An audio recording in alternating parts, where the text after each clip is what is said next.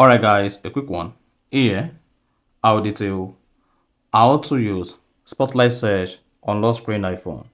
So if you want to search for anything on your iPhone lock screen, let's say your phone screen is locked, you swipe down like this and you want to use Spotlight Search, then this video is going to walk you through how to do this step by step. So you just go ahead and lock your iPhone and then the Spotlight Search is going to work.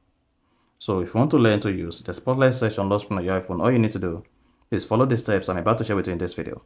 So if at the end of this you found this offer informative, please don't forget to like and then subscribe. Now, to use Spotlight Search on iPhone lock screen, all you need to do is go ahead and open the settings app.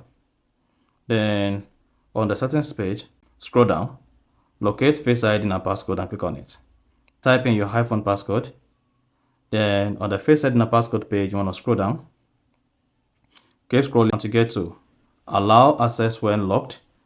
Then here you want to locate today view and search.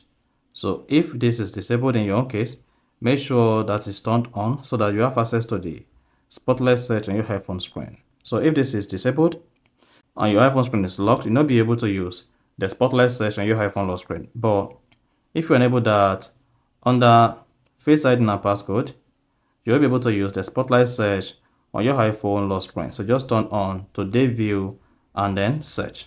Then when next your iPhone screen is locked and you want to use any application from the lock screen, just come to the lock screen and then swipe down and you should see the search. Then go ahead and search for anything on the lock screen. Now for you to access it, just need to unlock your phone. So that's it. So that is basically how to use Spotlight Search on lock screen. So if you found this offer informative, please don't forget to like and then subscribe.